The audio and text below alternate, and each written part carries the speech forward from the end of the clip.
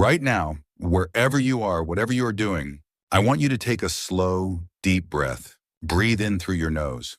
Feel the air move into your body. Feel your chest expand, your belly rise just slightly. Hold it there for a moment. Not too long, just a gentle pause. And now let it go. Let it all out. Slowly, completely. Don't rush it. Just let the air leave your body. The way water flows down a hill, naturally, effortlessly, without force. Good. Do that one more time. Breathe in, slowly. Let the air fill every corner of your lungs. Hold it. And now release. Let your shoulders drop. Let your jaw unclench. Let your hands go soft. Wherever there is tension in your body, just allow it to melt, even if only a little. You clicked on this video for a reason. Nobody finds a video like this by accident. Something inside you was searching for something. Maybe you don't even know exactly what it is. Maybe your heart feels heavy tonight and you are not sure why. Maybe your mind has been spinning in circles, going over the same thoughts again and again, like a hamster on a wheel that never stops turning. Maybe someone said something that hurt you, and you have been carrying those words around like stones in your pocket. Maybe you lost something precious, a person, a relationship, a job, a dream, and the emptiness left behind feels like it might swallow you whole. Or maybe you are just tired. Not the kind of tired that sleep can fix, but the deep kind of tired that comes from trying so hard, for so long, to hold everything together. Whatever brought you here, you are welcome, exactly as you are. You don't need to fix anything right now. You don't need to figure anything out. You don't need to be strong or brave or wise. You just need to be here. That is enough. Just listen. Just breathe. Just be. There is something the Buddha said over 2,500 years ago. He said it while sitting under a tree, surrounded by students who had given up everything to hear him speak. He had tried every path there was to try. He had lived in a palace with every luxury imaginable, and it didn't bring him peace. He had lived in the forest with nothing, starving himself, punishing his body, and that didn't bring him peace either. It was only when he stopped running toward pleasure and stopped running away from pain that he found what he was looking for. And what he found, he spent the rest of his life sharing with anyone willing to listen. He said that everything in this world, without a single exception, rises and falls. Everything that appears will disappear. Everything that comes together will come apart. Everything that is born will die. Everything that begins will end. This is not a punishment. This is not a flaw in the design of the universe. This is the design. This is how things work. The flower blooms and the flower wilts. The sun rises and the sun sets. The wave crashes on the shore and the wave pulls back into the ocean. Nothing stays. Nothing lasts. Everything passes. And when I say everything, I mean everything. The pain you feel right now, the one that seems so permanent, so solid, so unbreakable, it will not last forever. I know it feels like it will. I know it feels like you will always feel this way, that this sadness, or this anger or this confusion has moved in and unpacked its bags and plans to stay, but it hasn't. It is already on its way out. You just can't see it yet, the way you can't see the sun moving across the sky unless you sit very still and watch for a very long time. The confusion clouding your mind will clear. The tears on your face will dry. The heaviness in your chest will lift, not because you forced it to happen, but because that is the nature of all things. They come, they stay for a while, and then they go. Like guests in a hotel, like clouds in the sky, like seasons in a year.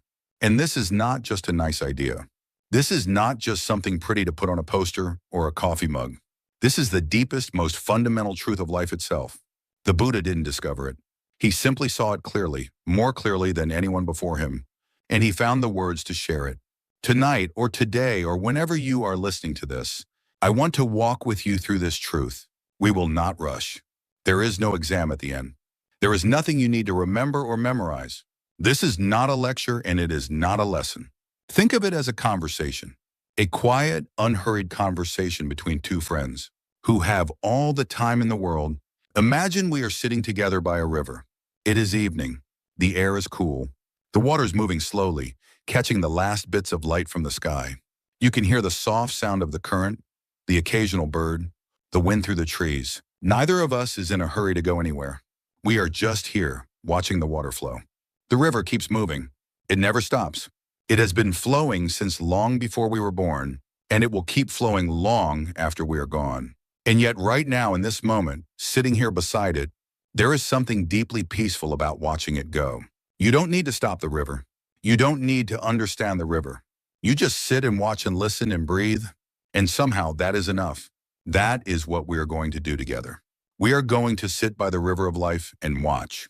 We are going to look at why we suffer, what it means that nothing lasts, how to face loss and heartbreak, how to enjoy the good times without gripping them so tightly that we crush them, and most importantly, how to live each day with a peaceful heart.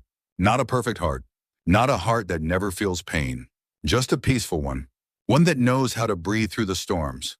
So settle in, make yourself comfortable. If you want to close your eyes, close them. If you want to keep them open, keep them open. There is no wrong way to listen. Just be here with me. Let us begin this journey together. Let me ask you something, and I want you to think about this honestly. When something goes wrong in your life, what hurts more, the thing that actually happened, or the way your mind reacts to it? Most of us have never really thought about this. When we are in pain, we assume the pain is coming from the outside. We say things like, my boss made me angry, or this situation is making me miserable, or that person broke my heart.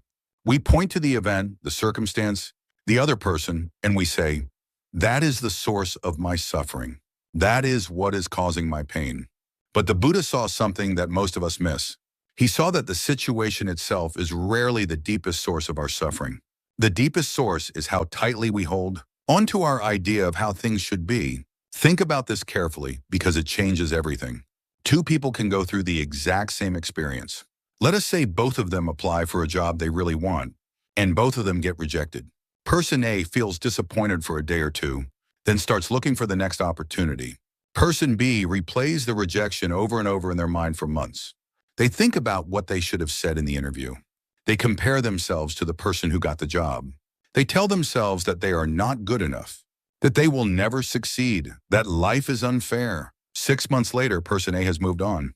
Person B is still carrying the rejection like a heavy backpack. They forgot they could take off. The event was the same, a rejection letter, a closed door, but the suffering was completely different. Why? Because the difference is not in what happened. The difference is in the holding. The Buddha had a very precise word for this. In the ancient Pali language, it is called upadana. It means clinging, grasping, holding on with all your might to something, and refusing to let it go. And the Buddha said that this clinging is not just one cause of suffering among many. It is the central cause. It is the engine that keeps the whole machine of suffering running. I want you to really feel this, not just understand it as an idea, but feel it in your body. Think of a time when someone said something hurtful to you. Maybe it was a week ago, maybe it was 10 years ago. Can you feel it? Can you feel the tightness in your chest, the heat in your face, the knot in your stomach? Now ask yourself this, where is that person right now? Are they in the room with you? Are they saying those words to you right now in this moment? No, they are somewhere else, living their life, probably not even thinking about what they said. The event is over. It is finished. It is in the past, but your mind brought it back.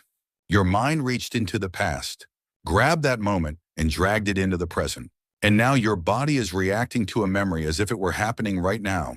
Your heart is racing over something that is no longer real. This is the power of clinging. It turns the past into the present. It makes ghosts feel solid. It keeps old wounds bleeding long after they should have healed. Now let me give you another way to see this. Imagine you are walking down a road and you pick up a stone. It is a small stone and it fits comfortably in your hand. You keep walking. A mile later, you pick up another stone, and another, and another. Some of these stones are old grudges. Some are regrets. Some are fears about the future. Some are disappointments. Some are the words people said to you that you never forgot. You keep picking them up and you keep walking, and after a while, your hands are full. Your arms are aching. Your back is bent under the weight, and each step feels harder than the last. And someone walks up beside you and says, "Why don't you put some of those down?" And you say, "I can't. This stone is the time my friend lied to me. I need to carry it so I never forget. And this stone is the mistake I made when I was 20. I deserve to carry this one. And this stone is the thing I am most afraid of. If I put it down, it might catch me by surprise." And so you keep carrying them, all of them, every single one. And the road gets longer and harder, and you get more and more tired, and you wonder why life feels so heavy, the Buddha would look at you with gentle eyes and say, the stones are not the problem. The carrying is the problem. Put them down. Not because they don't matter, not because the pain wasn't real, but because carrying them is not helping you. It is only making the road harder. This is what attachment does. It takes a moment of pain and stretches it into a lifetime of suffering. The original hurt may have lasted a minute, an hour, a day, but the clinging can last decades. You are no longer suffering from what happened. You are suffering from your refusal to let it be in the past where it belongs. And here is what makes this even more complex. We do not only cling to painful things, we cling to pleasant things too. We cling to the memory of better times. We cling to the way a relationship used to feel in the beginning. We cling to our youth, wishing we could go back. We cling to the image of ourselves as successful, as loved, as important. We cling to the idea that life owes us something, that if we are good enough, if we work hard enough, if we pray hard enough, then everything should work out the way we plan. And every single time, without exception, life proves us wrong.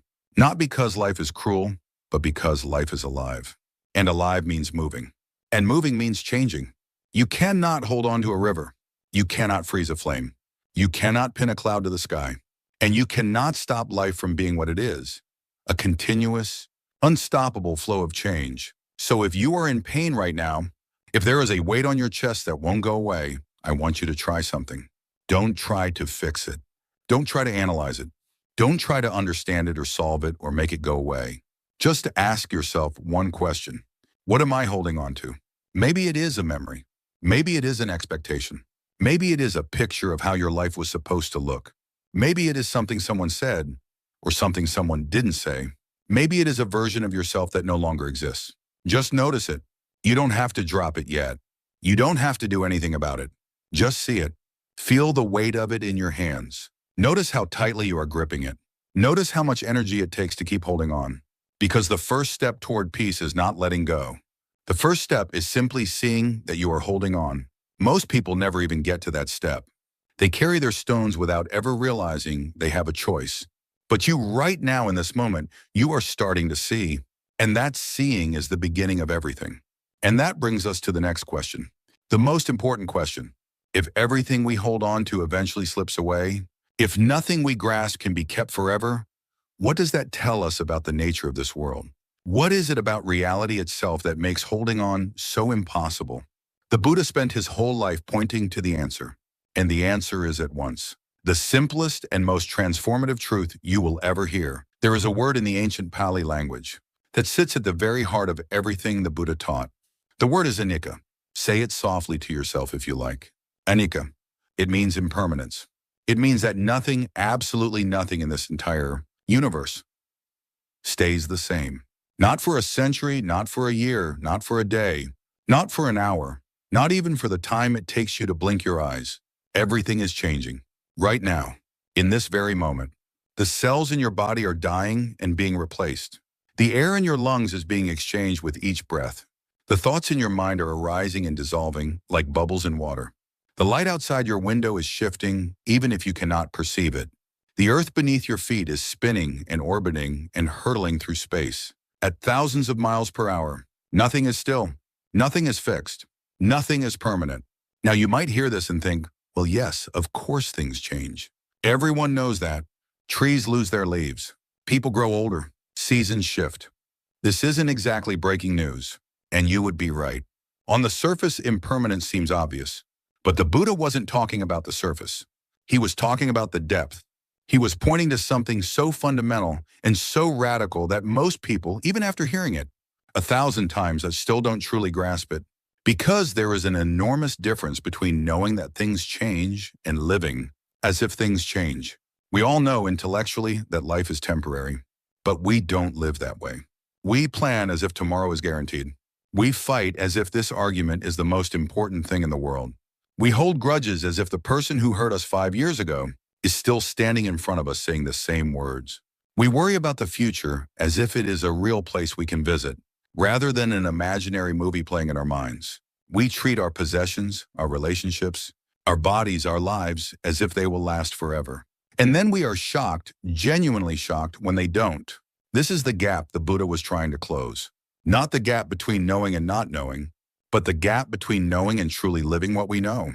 The Buddha taught that everything you experience, everything that makes up what you call me and my life, is composed of 5 constantly changing elements.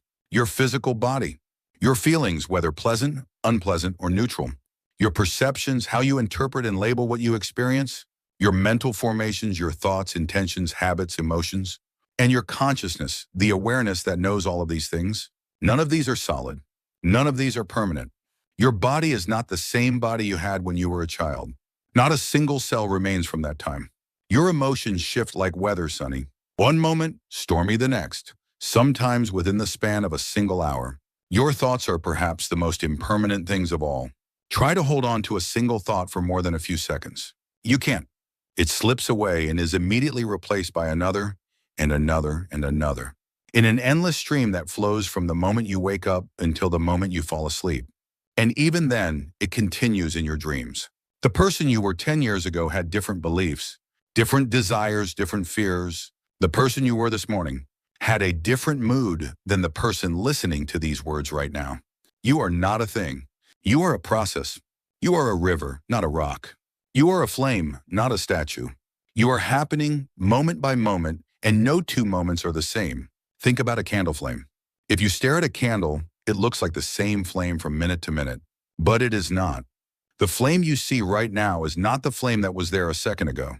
That flame has already gone, consumed the molecules of wax and air that fed it, and been replaced by a new flame. And this new flame will be gone in another second. What you see as one continuous flame is actually a rapid succession of countless tiny flames, each one arising and passing away so quickly that your eyes cannot tell the difference. Your life is exactly like that. A series of moments, each one arising and passing away, creating the illusion of something continuous and permanent. This is why the phrase, "this too shall pass," is not a cliche. It is not a greeting card platitude. It is the most precise description of reality ever spoken. Everything that arises will pass away. Your headache will pass. Your heartbreak will pass. Your anxiety will pass. Your anger will pass. Your loneliness will pass. The laughter of this evening will pass. The warmth of this embrace will pass. The beauty of this sunset will pass. The breath you are taking at this very second has already passed. Now, for many people, this truth brings fear. If nothing lasts, they say, then what is the point? Why should I invest in anything, love anyone, build anything, dream anything if it is all going to disappear in the end? This is a natural reaction, and it is important to sit with it honestly rather than pushing it away. But the Buddha did not teach impermanence to make you despair. He taught it to wake you up, because it is the illusion of permanence that causes suffering, not the reality of change. When you believe something will last forever and it doesn't, you suffer. When you accept from the beginning that it will change, you are free to enjoy it fully while it is here. Think of a beautiful sunset. Nobody stands on the beach watching a sunset and says, "What is the point of watching this if it is going to end in 20 minutes? Of course not. You watch it because it is beautiful. You watch it because it is happening right now. And part of what makes it so beautiful, so breathtaking, so precious is the fact that it will not last. If the sunset lasted forever, if the sky stayed orange and pink and gold for all eternity, would it still take your breath away? Or would you eventually stop noticing it, the way you stop noticing the color of your bedroom walls? Impermanence is not the enemy of beauty. Impermanence is what makes beauty possible. It is what makes every moment precious, every encounter significant, every breath a miracle, because none of it will come again. Let us pause here. I want to give you a moment to feel this truth, not just think about it. Close your eyes if you can. Bring your attention to your breathing. Don't change anything about it. Just notice the breath as it comes in. Feel the air enter your nostrils.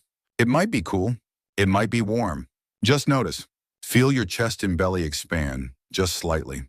And now feel the breath leave. Feel the air flow out. Feel your body settle back down. That breath you just took is gone. You will never breathe that exact breath again. It is finished. It has returned to the air around you, mixed with a billion other molecules, and it is already somewhere else. And yet here comes another breath. You didn't have to ask for it. You didn't have to earn it. It just came, the way the next wave just comes, the way the next moment just comes. Take a few more breaths like this. With each exhale, practice letting go. Not of something big, not of some profound attachment, just of the air. Just let it leave your body. Feel how natural it is. You don't have to grip the air. You don't have to store it up. You breathe in and you breathe out. You receive and you release, over and over. This is the rhythm of impermanence. This is the rhythm of life. Now gently open your eyes. That small moment of peace you may have felt just now came from something very simple.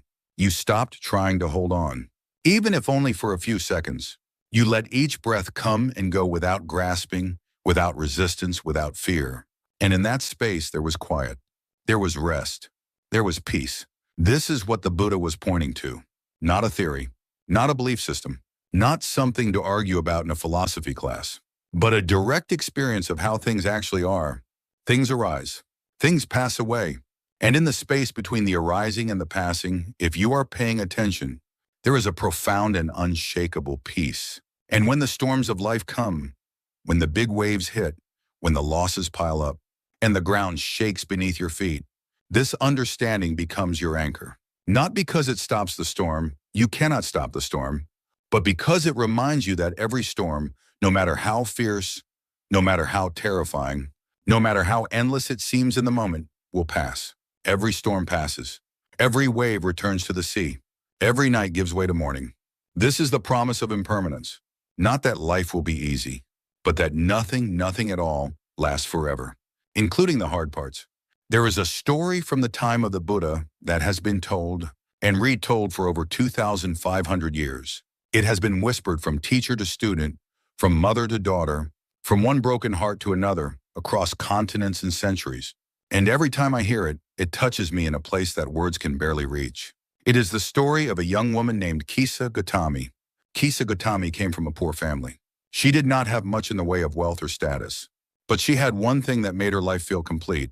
She had a son, a beautiful baby boy.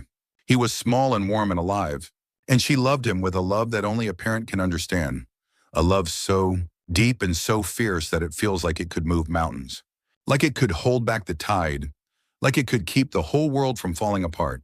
But one day, without warning, the child became sick. It happened quickly, the way these things sometimes do. One day he was laughing and reaching for her face with his tiny hands, and the next day he was burning with fever, and the next day he was still. Kisa Gotami held her baby's body in her arms and felt the warmth slowly leaving him, and something inside her broke. She could not accept it. Her mind simply refused to process what had happened. She told herself that he was just sleeping. She told herself that he would wake up. She carried him to the nearest neighbor and begged for medicine. The neighbor looked at her with sad eyes and said there was nothing to be done. She went to the next house, and the next and the next. She walked through the streets of her village, clutching her dead child to her chest, asking anyone and everyone for a cure. People stared. Some turned away, unable to bear the sight of her grief. Others whispered among themselves. A few tried to tell her the truth gently, but she wouldn't listen. She couldn't listen, because to listen would mean to accept, and to accept would mean to let go. And she was not ready to let go. How could she be? How could anyone be ready to let go of their child? Eventually, someone told her about the Buddha. He is a great teacher, they said. He has wisdom beyond what any ordinary person possesses. If anyone can help you, he can. So Kisa Gotami, exhausted, desperate, half-mad with grief, made her way to where the Buddha was staying. She laid her child at his feet, and through her tears, she begged him to bring her son back. The Buddha looked at her. He did not look away from her pain. He did not flinch at the sight of death. He looked at her with eyes full of a compassion, so vast and so deep that it could hold the entire weight of her sorrow without breaking. And then he said something she did not expect. He said, "I can help you, but first you must do something for me. Go into the city and bring me a single mustard seed from a household where no one has ever died. Just one mustard seed. That is all I need." Kisa Gotami's heart surged with hope. A mustard seed. Every household had mustard seeds. This would be easy. She hurried to the first house she could find and knocked on the door. When a woman answered, Kisa Gotami said, "I need a mustard seed." The woman smiled and said, "Of course, I have plenty." But then Kisa Gotami asked her second question. "Has anyone in this household ever died?" The woman's smile faded. She looked down at the ground. "Yes," she said quietly.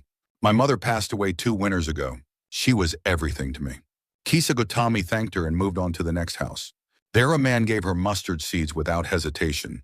But when she asked the question, his eyes filled with tears. My wife, he said. She died in childbirth. My son never knew her face. She went to the next house. And the next, and the next. In every home, every single one, death had already visited. An old grandfather who died peacefully in his sleep. A young brother taken by illness. A friend who drowned in the river. A father who went to work one morning and never came home. Everywhere she went, the story was the same. Different names, different faces, different details, but the same ending. Someone was gone. Someone was missed. Someone's absence left a hole that could never quite be filled. As the sun began to set, Kisa Gotami stopped walking. She stood in the middle of the road, her child still in her arms, and she looked up at the sky. The sky was vast and orange and beautiful, and completely indifferent to her pain. And in that moment, something shifted inside her. Not suddenly, like a light switching on, but slowly, like the dawn, like the gradual brightening of a dark room. She was not alone. That was the first thing she understood. She was not the only person who had ever lost someone they loved. She was not singled out for punishment. She was not cursed. She was simply human. And being human means loving things that will eventually be taken away. Every person she had spoken to that day carried the same wound she carried. Behind every door in every house, in every city in the world, someone was grieving. Someone was missing someone. Someone was lying awake at 3 in the morning, reaching for a hand that was no longer there. Grief was not her private burden. It was the most universal experience of being alive. She returned to the Buddha, but this time, she did not ask him to bring her son back. She asked him to help her understand. And the Buddha, with great gentleness, taught her that death is not an interruption of life. It is part of life. It is woven into the fabric of existence itself, as natural, as breathing, as inevitable as the setting of the sun. He did not tell her to stop feeling. He did not tell her that her pain was wrong or that she should be stronger. He simply helped her see that the nature of all living things is to arise and pass away. Her son had arisen, and her son had passed away. That was not a mistake. That was not a cosmic injustice. That was the truth of things. I want to be very careful here, because I know that some of you listening right now are carrying a grief so heavy that it takes all your strength just to get through the day. Maybe you lost a parent, a partner, a child, a friend. Maybe the loss is recent and the wound is still raw.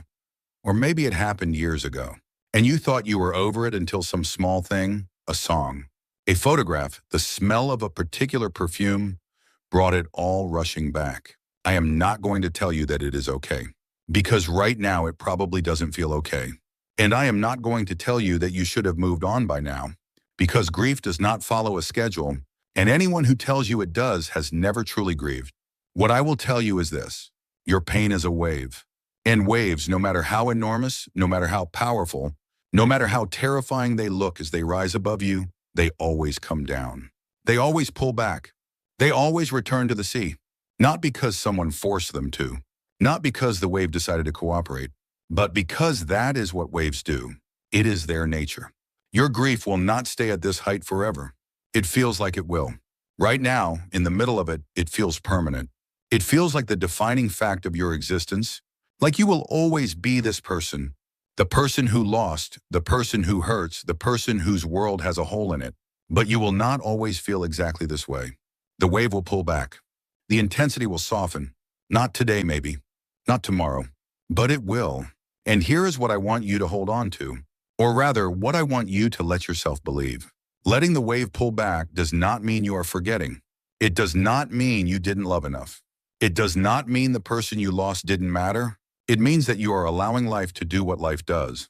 It means you are trusting the process of healing, even when you cannot see where it is going. It means you are giving yourself permission to breathe again, to laugh again, someday to feel the sun on your face without guilt. Your loved one would want that for you. You know they would. The love does not end when someone dies. Love is not a thing that can be destroyed. The body is gone, yes. The voice is gone. The touch is gone. But the love is still here. It lives in you. It lives in every memory, every lesson, every moment of tenderness you shared. The person is gone, but what they gave you is not gone. It is part of who you are now. It shaped you. It softened you. It made you more human. And you carry that with you wherever you go, not as a burden, but as a gift. Kisa Gotami did not stop loving her son. She simply stopped demanding that reality be different from what it was.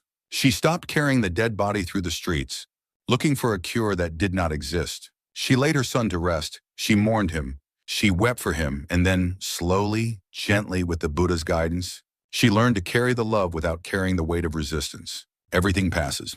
Even grief, even loss, even the unbearable. The wave rises and the wave falls, and the ocean remains. And if you are sitting with grief right now, if the wave is crashing over you at this very moment, please hear me. You are not alone. You have never been alone in this. Every human being who has ever lived has stood where you stand right now. And every single one of them, in time, felt the wave begin to pull back. Just breathe. Just be here. And trust that even this will pass. We have talked about pain and loss and grief. We have looked at how the hard things in life pass, how the storms move through and eventually clear. But now I want to talk about something that might surprise you. Because the Buddha did not only teach about the passing of pain, he also taught about the passing of pleasure. And understanding this, truly understanding, it will changes the way you experience everything. Think about the last time you got something you really wanted. Maybe it was a new job, a new house, a new relationship. Maybe it was a goal you had been working toward for months or years. Remember that moment when you finally got it? Remember the rush of joy, the excitement, the feeling of yes, finally, this is it? Remember how alive you felt, how satisfied, how complete. Now remember what happened next. Not right away, maybe. But after a few weeks, a few months, the glow started to fade. The new job became just a job. The new house needed repairs. The new relationship settled into routine. The achievement that once made you feel like you were on top of the world became just another line on your resume. And quietly, almost without noticing, you started looking for the next thing. This is not a flaw in you. This is not because you are ungrateful or greedy or never satisfied. This is the nature of conditioned happiness. Every pleasant experience is like a match being struck. It flares up bright and hot and wonderful. But the flame is already consuming the match. The very moment the pleasure begins is the moment it starts to end.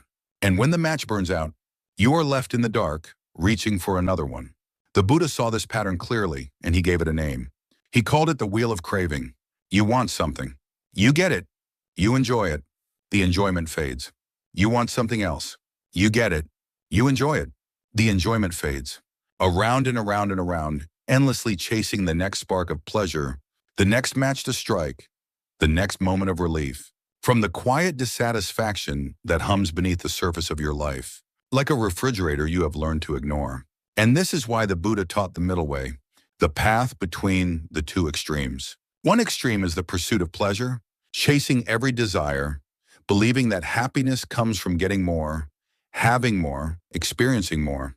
The other extreme is the rejection of pleasure, denying yourself everything, punishing your body, treating joy as the enemy. The Buddha tried both. He lived in a palace surrounded by luxury, and it didn't bring lasting peace. He lived in the forest, eating almost nothing, and it didn't bring lasting peace either. The answer was in the middle. The middle way does not mean living a bland, colorless, passionless life. It does not mean you should not enjoy a good meal, or a beautiful view, or the warmth of someone's arms around you. It means enjoying these things without clinging to them, tasting the sweetness without demanding that it last forever, holding the joy gently with open hands the way you would hold a butterfly. If you squeeze, you crush it. If you open your hands, it may fly away. But while it sits on your palm, you can truly see its beauty. Think of a wonderful evening with people you care about. Good food, laughter. That feeling of belonging, of connection, of everything being right in the world. Now think about the end of that evening. The goodbye at the door, the drive home, the quiet of the house after everyone has left.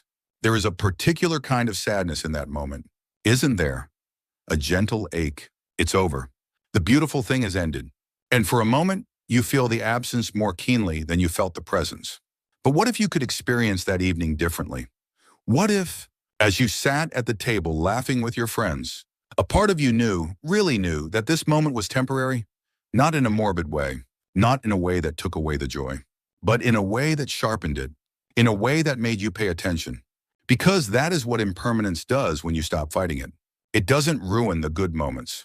It illuminates them. When you know that this dinner, this conversation, this laughter, this look in someone's eyes will never happen again in exactly this way, you become present for it. You actually taste the food instead of just eating it.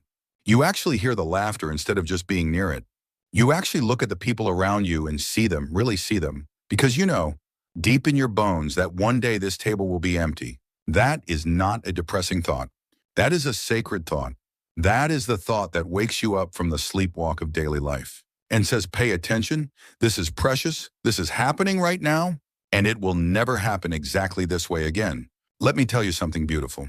The people who understand impermanence are not the people who enjoy life less. They are the people who enjoy life most deeply because they are actually here for it. They are not distracted by the fantasy of tomorrow. They are not haunted by the ghost of yesterday. They are right here in this moment with this person, in this place, and they know what a miracle that is. Let us sit with this for a moment. Take a pause. Right now, wherever you are, notice something good. It doesn't have to be something big. Maybe it is the fact that you are warm. Maybe it is the softness of the blanket over your legs. Maybe it is the sound of someone breathing beside you, alive and well and here. Maybe it is simply the fact that you exist, that your heart is beating, that your lungs are working, that consciousness is flowing through you like a river of light. This moment right now is a gift. It was not promised to you. It is not guaranteed to last, but right now it is yours. And you don't need to do anything to earn it. You just need to notice it. Breathe in slowly. Let the air fill you. Feel gratitude, even if it is just a whisper, even if it is faint. Gratitude for this breath, for this heartbeat, for this moment of being alive. Breathe out slowly. Release it. Let it go. This is the art of living that the Buddha was teaching. Not grasping at joy, not pushing away sorrow, but meeting each moment with open hands and an open heart, receiving what comes, releasing what goes, over and over, like the tide, in and out, in and out. You don't need to control your life. You need to be present for your life. And when you are truly present, even the simplest moment becomes extraordinary. A cup of tea, a walk in the park, a conversation with a stranger. These are not small things. These are the whole of life. And they are passing right now, right before your eyes, waiting for you to notice them before they are gone. If I had to choose the most misunderstood concept in all of Buddhist teaching, it would be this one, letting go.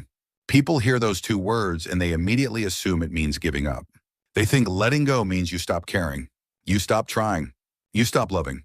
You throw up your hands and say, nothing matters, and you walk away from everything that used to be important to you. That is not what letting go means. Not even close.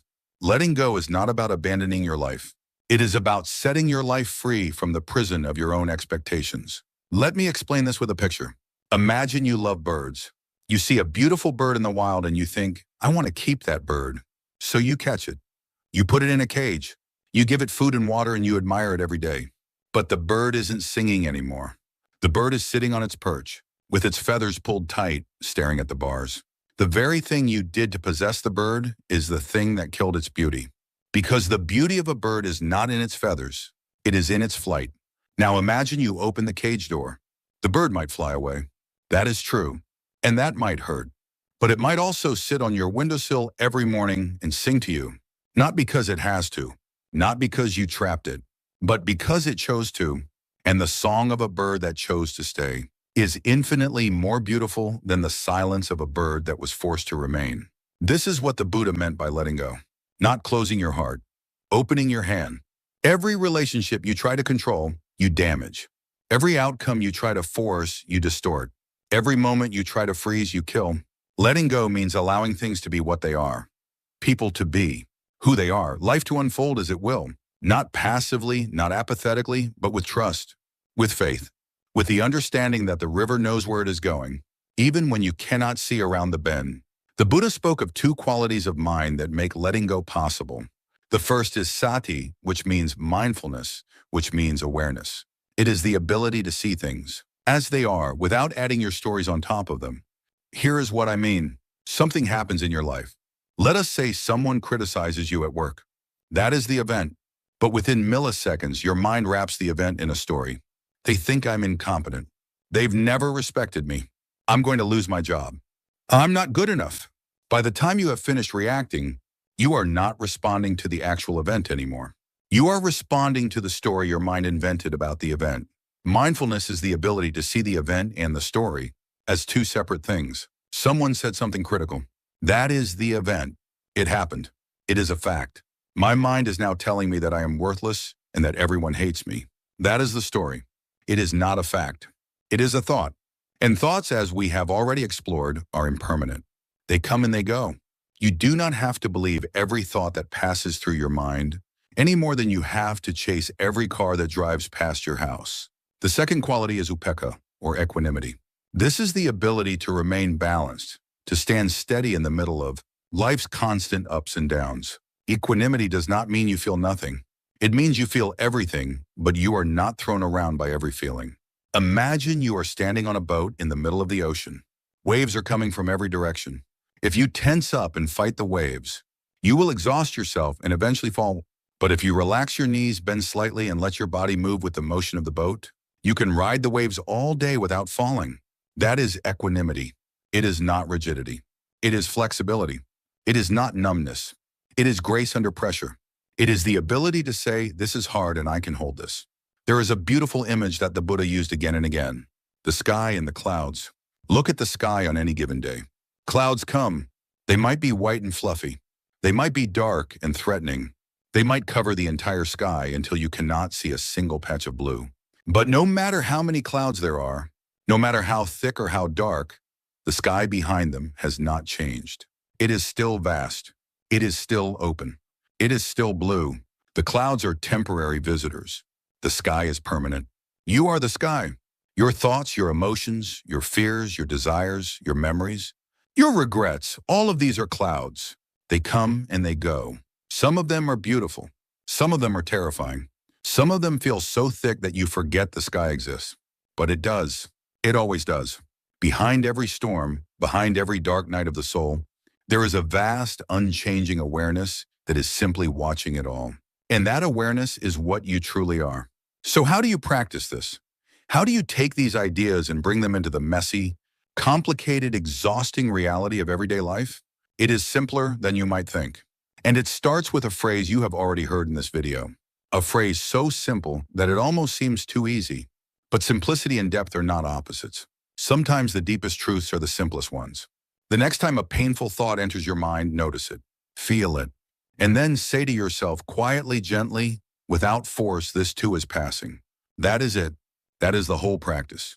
When anger rises and your chest tightens and your jaw clenches and every fiber of your being wants to lash out, feel all of it. Do not suppress it. Do not pretend it isn't there. But somewhere in the middle of it all, whisper to yourself, this too is passing. When sadness comes and the world turns gray and you feel like you are sinking, let yourself sink for a moment. Don't fight it. Don't shame yourself for feeling it. Just be in it. And then gently, this too is passing.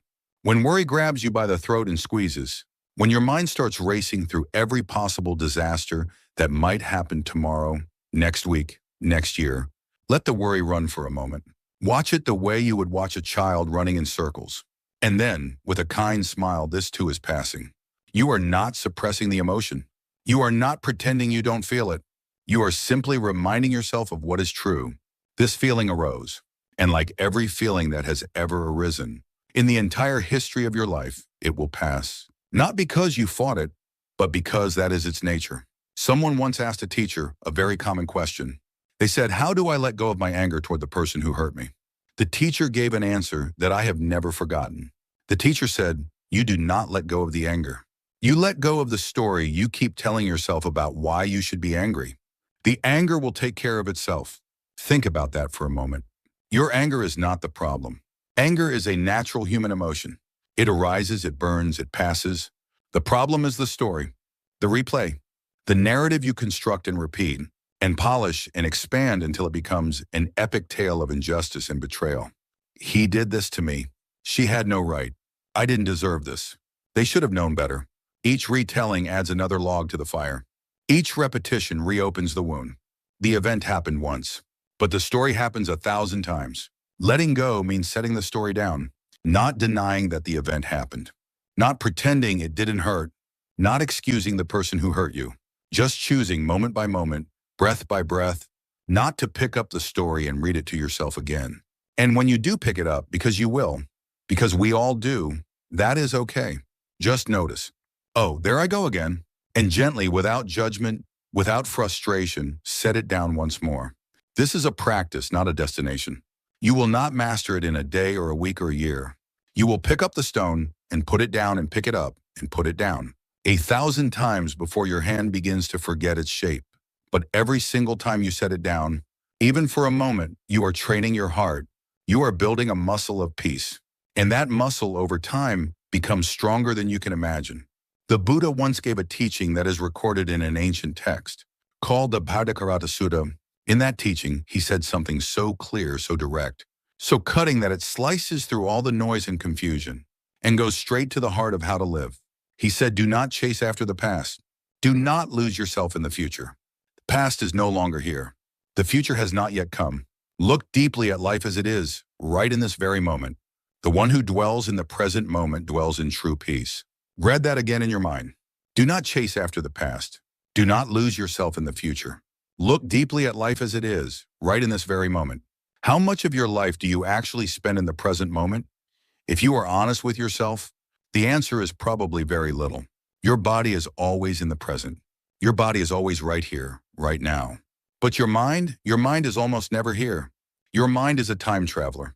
It spends most of its time in two places that do not exist, the past and the future. Right now, as you listen to these words, your body is in a room somewhere. You are sitting or lying down. The air is a certain temperature. Sounds are happening around you. Light is entering your eyes. All of this is real. All of this is happening right now. But where is your mind? Is it here? Or is it replaying something that happened at work today? Is it worrying about a conversation you need to have tomorrow? Is it remembering something someone said last month that still stings? Is it planning, analyzing, regretting, anticipating, rehearsing disasters, composing arguments, solving problems that haven't happened yet? Most of us spend our lives like this. We are here, but we are not here. We are ghosts haunting our own lives, drifting through our days on autopilot while our minds are busy constructing elaborate fantasies about a past that no longer exists and a future that may never arrive. And while we are lost in those fantasies, life, real life, the only life we actually have is slipping by unnoticed. The sound of rain that no one stops to hear, the meal that no one stops to taste, the face of a loved one that no one stops to really look at, the feeling of your own heartbeat, steady and faithful, keeping you alive moment after moment without ever asking for your attention. How many sunsets have you missed because you were looking at your phone? How many moments of genuine connection have you let pass because you were thinking about something else? How many times has your child said, look at this, and you said, just a minute, and that minute turned into an hour, and the thing they wanted to show you was gone? This is the quiet tragedy of human life. Not that we suffer, but that we miss the moments that could have brought us joy because we were too busy living in our heads. The Buddha's invitation is the simplest and most radical invitation ever extended to a human being. Come back, come home, to this moment, to this breath, to this body, to this life. The one that is happening right now, right here, while you are busy thinking about somewhere else. There is an old story about a student who traveled a great distance to meet a famous Buddhist teacher. When he finally arrived, exhausted and eager, he bowed deeply and said, Master, I have come to learn the way to enlightenment. Please teach me the path. The teacher looked at him and asked a simple question. Have you eaten your breakfast? The student, confused, said yes. The teacher said, then go wash your bowl. That was the teaching. Not a secret technique, not a mystical formula, not years of study and meditation. Just this. When you eat, eat. When you wash, wash. When you walk, walk. When you listen, listen. Be where you are. Do what you are doing. Fully. Completely. With your whole being. We complicate things so much. We think enlightenment must be some dazzling cosmic experience that happens on a mountaintop after years of fasting and meditation. But the Buddha kept pointing us back to the ordinary, back to the rice in the bowl, back to the water in the stream, back to the breath in the body. Because it is in the ordinary that the extraordinary hides. It is in the simple, unremarkable moments of daily life that peace has been waiting for you all along. I want to invite you into a period of stillness now. This will be a little longer than the pauses we have taken before. Give yourself permission to fully be here for this. You deserve this time. You deserve this quiet. Find a comfortable position. Close your eyes if you feel safe doing so. Let your hands rest wherever they are natural. Let your body settle. Let your weight sink into whatever is beneath you. Begin by noticing sounds. Don't try to identify them. Don't label them as pleasant or unpleasant. Just hear them. Near sounds, far sounds, the hum of a machine maybe, the wind outside, your own breath. Let the sounds wash over you like a warm bath. You don't need to do anything with them. Just receive them. Now bring your attention to your body. Start at the top of your head. Notice any sensation there. It might be warmth or tingling or nothing at all. Whatever you feel is fine. Move your attention slowly down to your forehead, your eyes. Let them soften behind your closed lids. Your cheeks, your jaw. So many of us hold tension in the jaw without realizing it. Let it go. Let your mouth be slightly open if that feels comfortable. Let your tongue rest against the roof of your mouth. Move down to your neck, your shoulders. With each breath out, let them drop a little further. There is no weight you need to carry right now. For these few minutes, you can set everything down. Your throat, your chest. Feel your heartbeat if you can. That steady rhythm that has been with you since before you were born. It asks nothing of you. It just beats and beats and beats. Move to your belly. Feel it rise and fall with each breath. This movement is so ordinary, so unremarkable, and yet it is the most extraordinary thing happening in the universe right now. You are alive. Air is becoming you. You are becoming air. The boundary between you and the world is dissolving with every breath. Feel your arms, your hands, your fingers. Feel the life in them. The warmth, the tingling. These hands have held so much. They have reached for so much. Right now they are holding nothing. And that is enough. Move your attention to your legs, your feet. Feel the ground beneath you. Feel how the earth supports you without effort, without complaint. It has been here for billions of years, holding everything up. It will hold you too. Now just breathe. Don't try to control anything. Let each breath come and go, like waves on a shore. You are not the waves. You are the shore. Things crash against you and pull away. Crash and pull away. But you remain. Stay here for as long as you like. There is no rush. There is nowhere to be. No one to impress. No task to complete. Just this. Just breathing. Just being alive. Just being here. In the only moment that has ever existed. This one. When you are ready, gently begin to move your fingers and toes. Take a deep breath, a full one, filling your lungs completely. And let it out with a sigh. Let that sigh carry whatever you are ready to release. Slowly open your eyes. Look at the world around you as if you are seeing it for the very first time. Because in a way you are. This moment has never existed before. And it will never exist again. Welcome back.